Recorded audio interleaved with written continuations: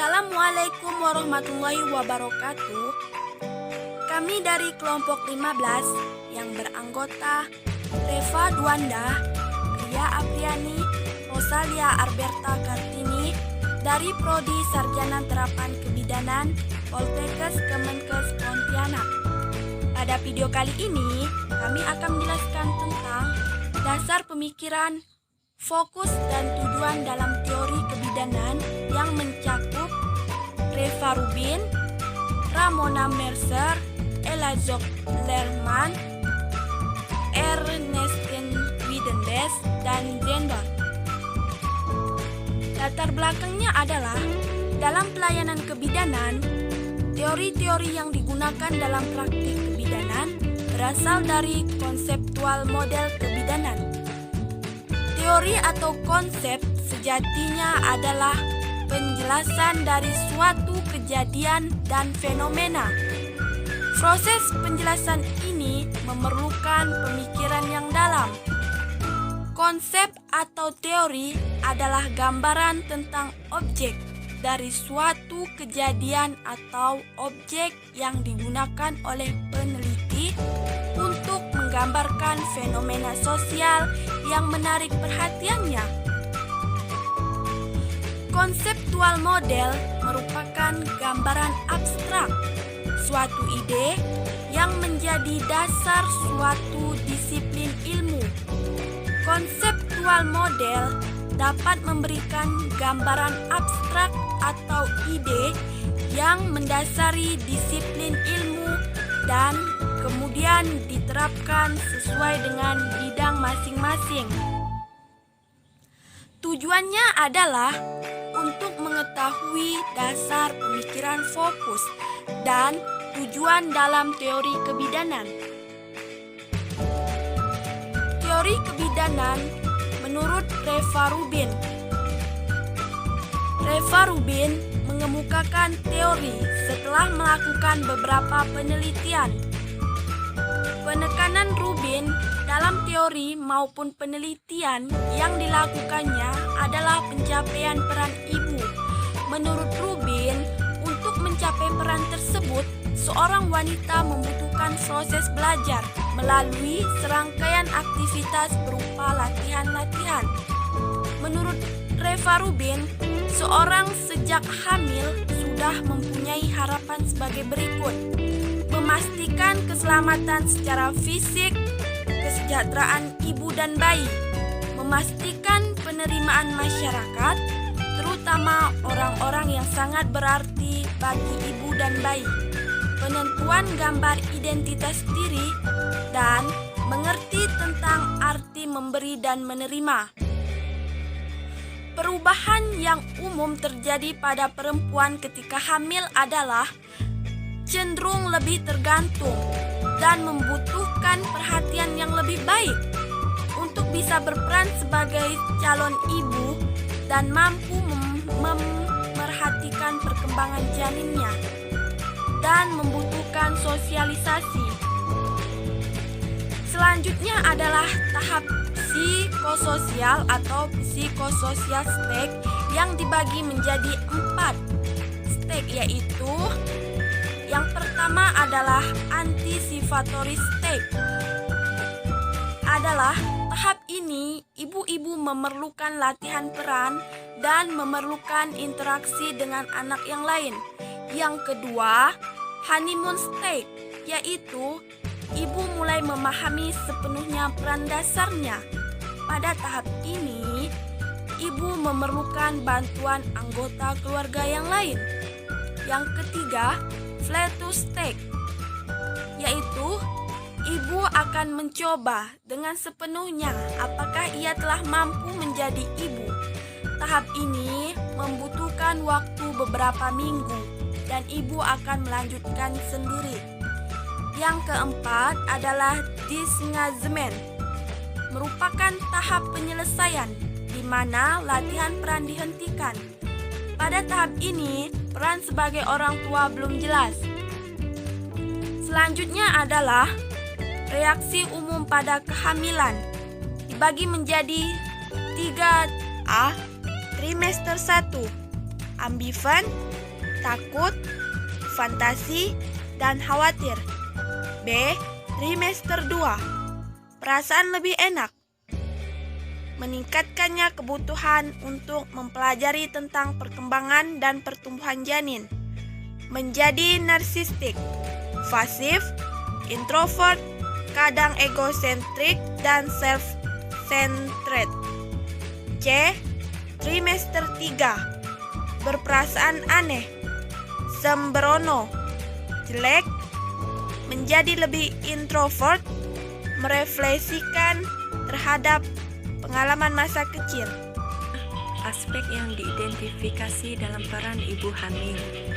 Yang pertama, gambaran tentang idaman, yaitu sebuah gambaran ideal atau positif mengenai perempuan yang berhasil melaksanakan perannya sebagai ibu yang baik. Seorang ibu muda akan mempunyai seseorang yang dijadikannya contoh bagaimana seharusnya menjadi seorang ibu.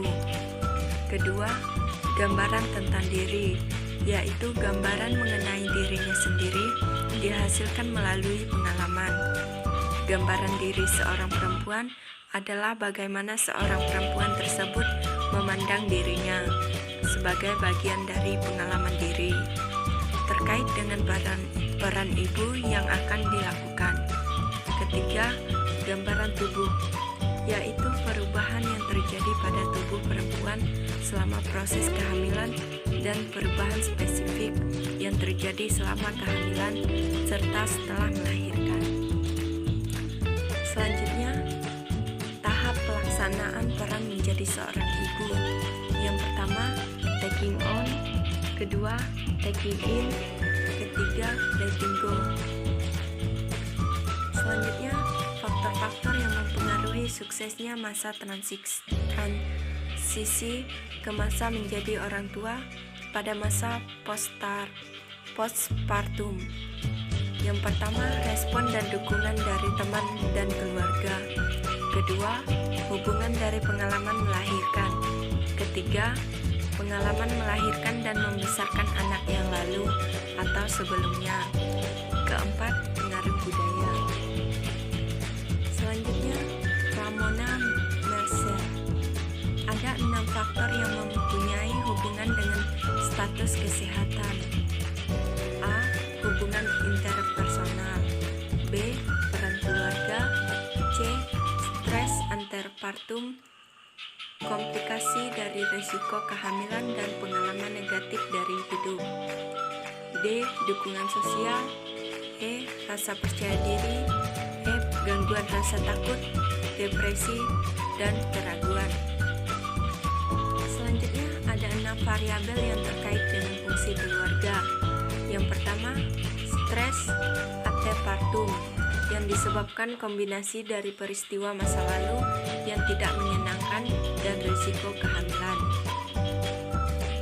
Yang kedua, dukungan sosial. Ketiga, harga diri.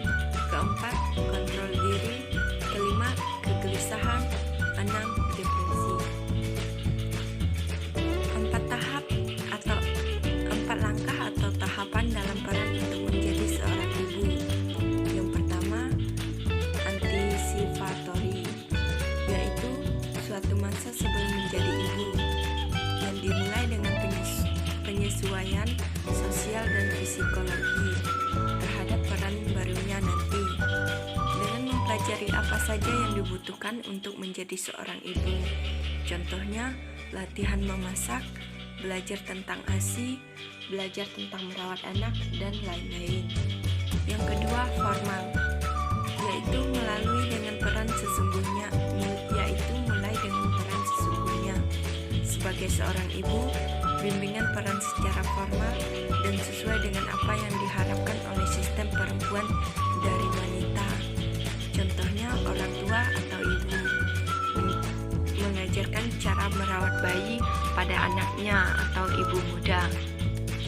Ketiga, informal, yaitu saat perempuan telah mampu menemukan jalan yang unik dalam melaksanakan peran barunya ini. Yang keempat, personal, yaitu pencapaian peran ibu dengan baik tergantung dari diri sendiri.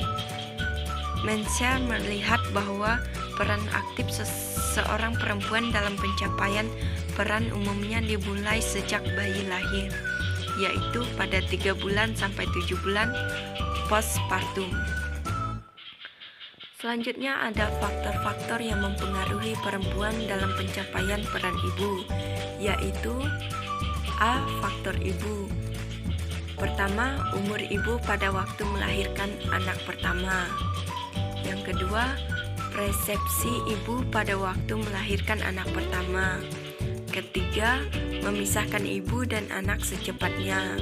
Keempat, stres sosial. Kelima, dukungan sosial. Keenam, konsep diri. Ketujuh, kepribadian. 8, perilaku. 9, status kesehatan ibu. Yang B, faktor bayi. Yang pertama, temperamen. Kedua, kesehatan bayi. Yang C, faktor-faktor lain. Yang pertama, latar belakang budaya. Kedua, status perkawinan. Ketiga, status sosial ekonomi. Faktor-faktor pendukung pencapaian peran ibu. A. Emotional support. Perasaan mencintai, penuh perhatian, percaya dan mengerti. B. Informational support. Membantu individu untuk menolong dirinya sendiri dengan memberikan informasi yang berguna dan berhubungan dengan masalah situasi. C. Physical support. Pertolongan langsung seperti membantu merawat bayi dan memberikan dukungan dana. D. Appraisal support. Berupa informasi yang menjelaskan tentang peran pelaksanaan, bagaimana ia menampilkan dalam peran, sehingga memungkinkan individu mampu mengevaluasi dirinya sendiri yang berhubungan dengan penampilan orang lain. Di sini dijelaskan oleh Ella Jo Lerman. Lerman mengemukakan 8 konsep yang penting dalam pelayanan antenatal. Yang pertama, asuhan yang berkesinambungan. Yang kedua, keluarga sebagai pusat asuhan. Yang ketiga, pendidikan dan konseling merupakan bagian dari asuhan. Yang keempat, tidak ada intervensi dalam asuhan. Yang kelima, fleksibilitas dalam asuhan. Yang keenam, keterlibatan dalam asuhan. Yang ketujuh, advokasi pada klien. Yang kedelapan, waktu. Morten menambahkan 3 komponen lagi ke dalam 8 komponen yang telah dibuat oleh Lerman. Yang pertama, teknik terapeutik. Yang kedua, pemberdayaan. Yang ketiga, hubungan sesama.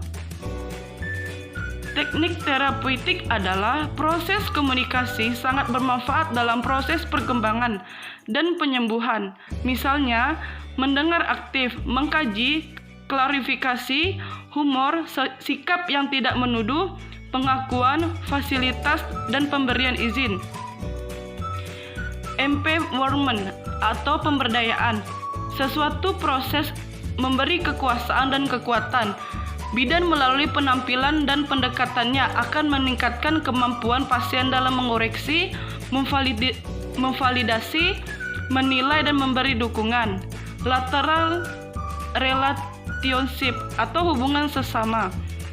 Menjalani hubungan yang baik terhadap klien, bersikap terbuka sejalan dengan klien sehingga bidan dan klien tampak merespon dan memberikan pelayanan yang baik. Ernestine Widenbach. Konsep yang luas menurut Widenbach yang nyata ditemukan dalam keperawatan yaitu A. Doegen, perawat, bidan atau tenaga kesehatan lain. 2. The recipient, wanita, keluarga, masyarakat.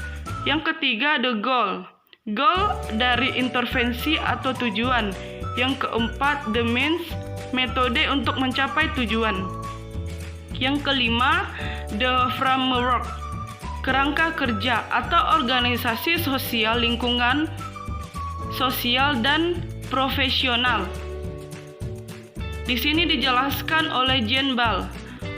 Teori kursi goyang adalah keseimbangan emosional ibu. Tujuannya adalah mengidentifikasi faktor-faktor yang mempengaruhi keadaan emosional ibu dalam layanan maternitas. Psikologi dalam hal ini tidak hanya mempengaruhi emosional, tetapi juga proses emosional agar tujuan akhir dalam memenuhi kebutuhan untuk menjadi orang tua terpenuhi. Kehamilan, persalinan, dan proses postpartum adalah masa untuk mengadopsi peran baru. Hipotesa Ball. Respon emosional perempuan terhadap perubahan yang terjadi bersama dengan kelahiran anak yang mempengaruhi kepribadian seseorang dan dengan dukungan yang berarti. Mereka mendapatkan sistem keluarga dan sosial. Persiapan yang sudah diantisipasi oleh bidan dalam masa postpartum akan mempengaruhi respon emosional perempuan dalam perubahan yang dialami pada proses pelahiran anak.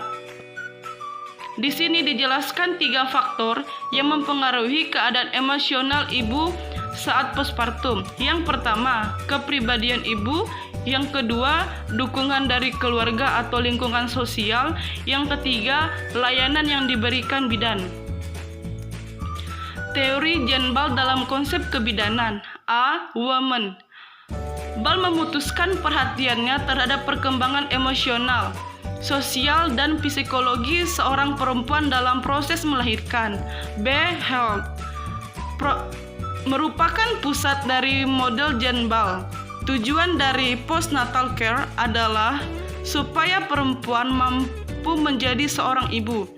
C. Environment. Lingkungan sosial dan organisasi dalam sistem dukungan asuhan postnatal. D. Midwifery. Berdasarkan penelitian asuhan postnatal, misalnya dikhawatirkan kurang efektif karena kurangnya pengetahuan kebidanan. E. Self. Secara jelas, kita dapat melihat bahwa peran bidan adalah memberi dukungan dan membantu seseorang perempuan untuk yakin dengan perannya sebagai seorang ibu. Baiklah, di sini kelompok kami akan menjelaskan ataupun menyimpulkan semua materi yang sudah kami jelaskan. Kesimpulannya adalah fungsi konsep adalah sebagai alat untuk mengidentifikasi fenomena yang diobservasinya. Sedangkan teori adalah jalur logika atau penalaran yang digunakan oleh peneliti untuk menerangkannya. Ada beberapa teori yang mempengaruhi model kebidanan, yaitu teori Reva Rubin, Ramona T. Mercer, Ernestus Widenbach, Elijah Lerman, dan Jane Ball. Sekian dari kelompok kami. Dari kelompok 15 kami ucapkan terima kasih atas partisipasinya.